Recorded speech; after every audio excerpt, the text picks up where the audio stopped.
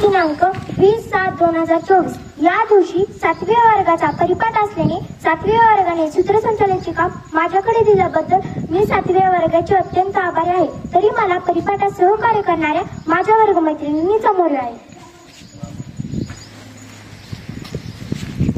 प्रथमतः आजचा सुविचार सांगेन अक्षर लक्ष्मी.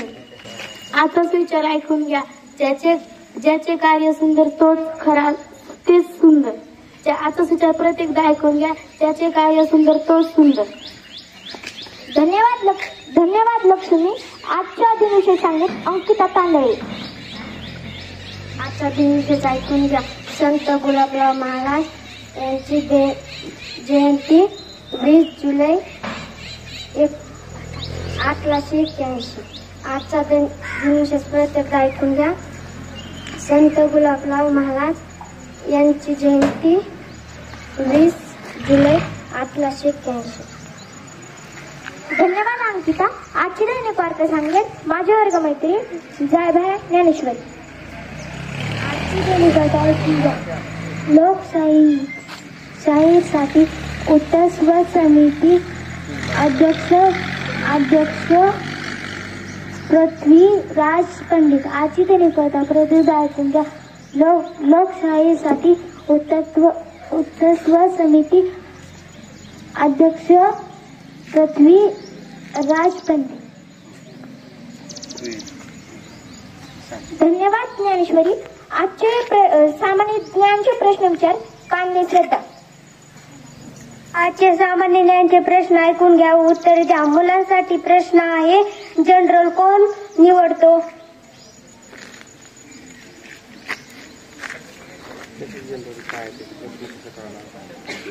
प्रश्न परत एकदा ऐकून घ्या. जनरलची निवड कोण करतो? सर्वांसाठी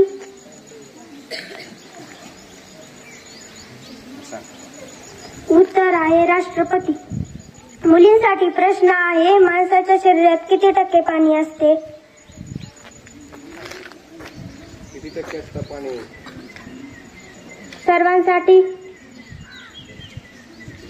उत्तर आहे 80%. धन्यवाद श्रद्धा. आता इथे छोटस नाटक होईल. नाटकाचे नाव आहे बालविवाह. आई, माझी शाळेची वेळ झाली आहे. लवकर डबा कर. तरुच्या येईलच इतक्यात बोलवायला. अगं गौरी, आज तू शाळेत साडी घालून का चालली आहेस? अगं आई, आज आमच्या शाळेत शिक्षक दिन आहे म्हणून मी साडी घालून जात आहे. अगं गौरी, चल ना गं, शाळेची वेळ झाली आहे. अगं तनू, आज गौरी येणार नाही का हो काकू? अगं तनू, गौरीला आज पाहुणे बघायला येणार आहेत. आजपासून गौरी शाळेत येणार नाही. तिची शाळा बंद. अगं आई, हे काय ऐकते मी? माझे शिक्षण पूर्ण होण्याआधीच तुम्ही माझा लग्न करताय. हो, आम्ही तुझे आई बाबा आहोत. तुझ्या भल्याचाच विचार करून आम्ही हा निर्णय घेतला. मला नाही करायचं हे लग्न. माझं शिक्षण पूर्ण झाल्यानंतर करायचं.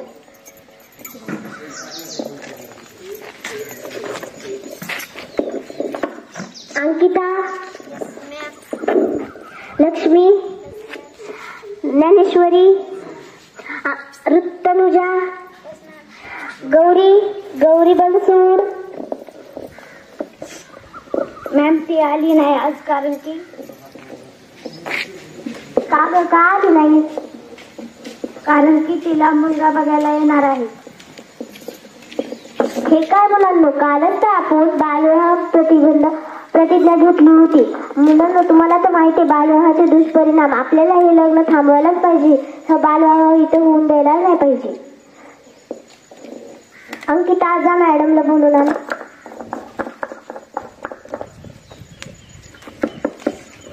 हो प्रिन्सिपल मॅडम, आपल्या गावात गौरी बनसोडीचा बालविवाह होत आहे. तो बालविवाह आपण होऊन दिला नाही पाहिजे. आपल्याला त्यांच्या घरी जाऊन तिच्या आईला समजावंच लागेल. बरं, चला. गौरीची आई आहेत का घरी? अगबाई मॅडम, तुम्ही या बसा. बरं झालं मॅडम तुम्ही आला. आमच्या गौरीला आजच पाहुणे बघायला येणार आहे. थांबा, तुम्हाला चहा? नको, आम्हाला चहा. तुमच्याशी महत्वाचं बोलायचं आहे. बोला ना मॅडम. तुमची मुलगी किती हुशार आहे. तिला आणखी शिकू द्या. तिच्या पाया उभा राहू द्या.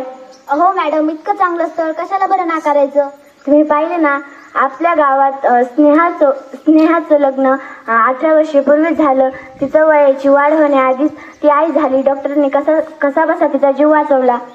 अहो मॅडम, सगळ्याच्या बाबतीत असं थोडी ना असतं. मी जेव्हा गौरीच्या वयाची होते तेव्हा मला 2 मुले होते. मला थोडी ना काय झालं. थांबा, तुम्हाला चहा आणतो. जाऊ द्या मॅडम, ह्यांना समजून काहीच फायदा नाही. आपल्याला दुसराच मार्ग काढावा लागेल.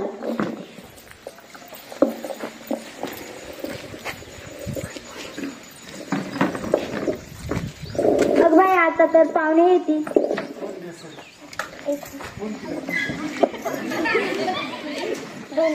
या बसा. राम राम पाहुणा, या बसा. राम राम पाहुणे, या.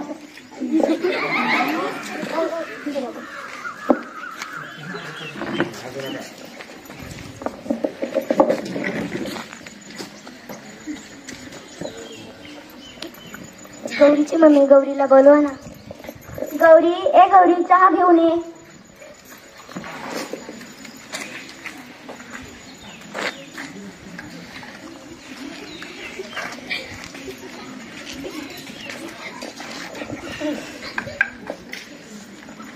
चहा तर खूपच छान झाला आहे. मग आमची मुलगी आहे तितकी गुणवान. स्वयंपाक सुद्धा खूप छान बनवते. पुढच्या आठवड्यात लग्नाची तारीख ठरवा. हो. आम्ही जातात ना. अहो काय करावं काय कळत नाही मला. लवकरात लवकर लग्नाची तयारी करा. हो, आपल्याला लवकरच झटपट लग्नाची तयारी करावी लागेल. Hello Sandeep sir police. Hello.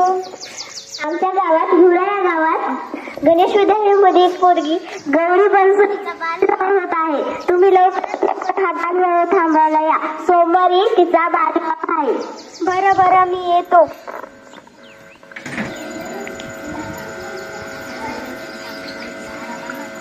नवरीचे मामा नवरीला घेऊन या.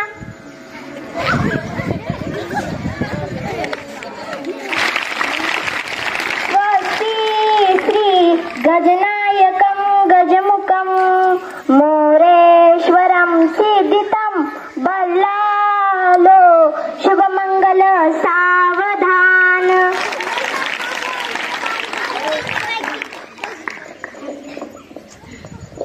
लग्न थांबवा, इथे बालविवाह होऊ शकत नाही. ओ साहेब, माझ्या मुलीचं लग्न का होऊ शकत नाही?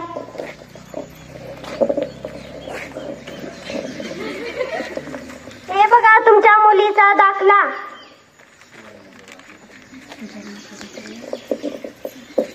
धन्यवाद इन्स्पेक्टर साहेब, तुम्ही माझा आयुष्य बरबाद होण्यापासून वाचवलं. गौरीच्या मॅडमचं ऐकलं असतं तर आजही आमच्यावर वेळ आली नसती. लग्न बालविवाह होण्यासाठी 198 वर फोन करा व गुपित ठेवा.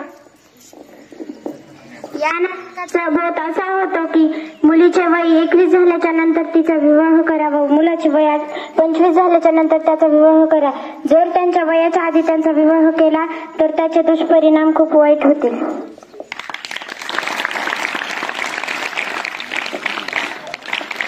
आमचा पण संपला. पुढील मार्गदर्शन करतील यमडे सर.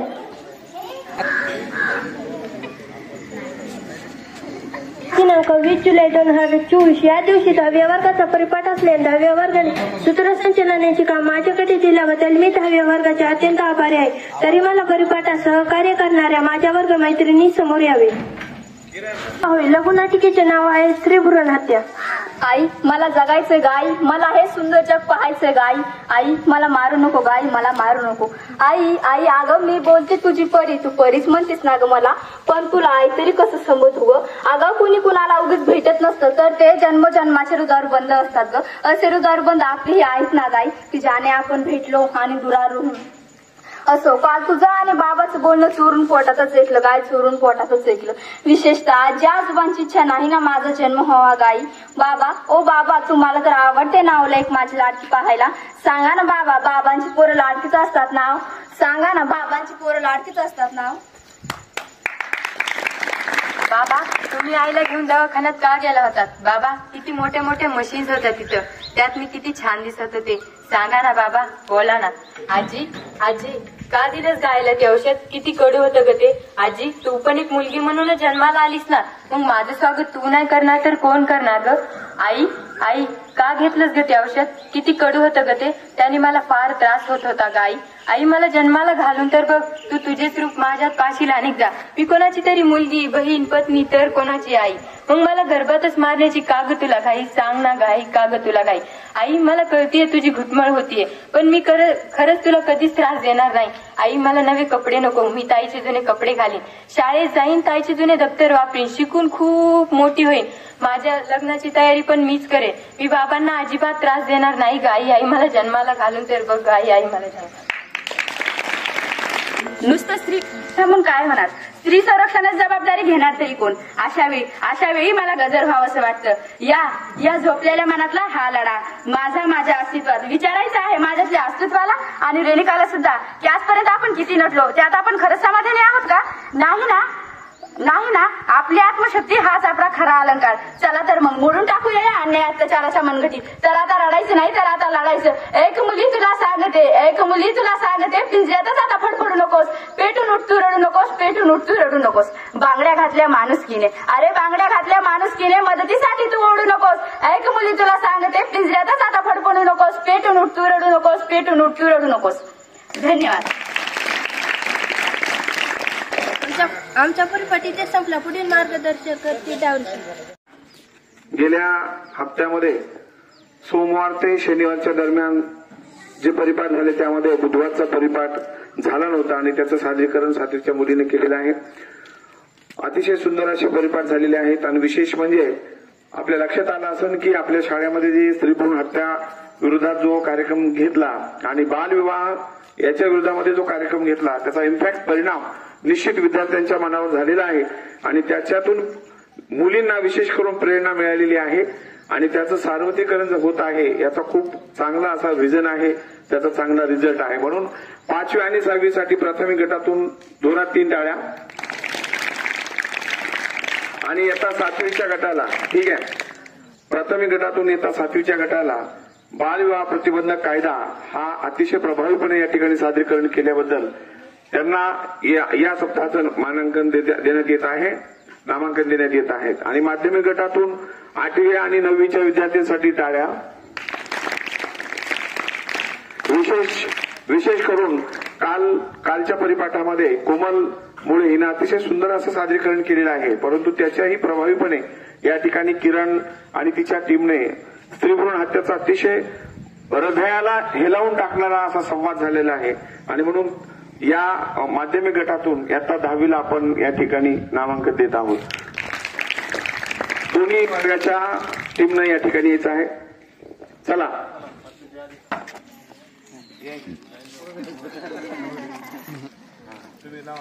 जेवढे ते शक्य आहे तेवढे लावा. अजून चला लावा. जेवढ्याला हात लावता येईल तेवढे शक्य होईल तेवढे लावा.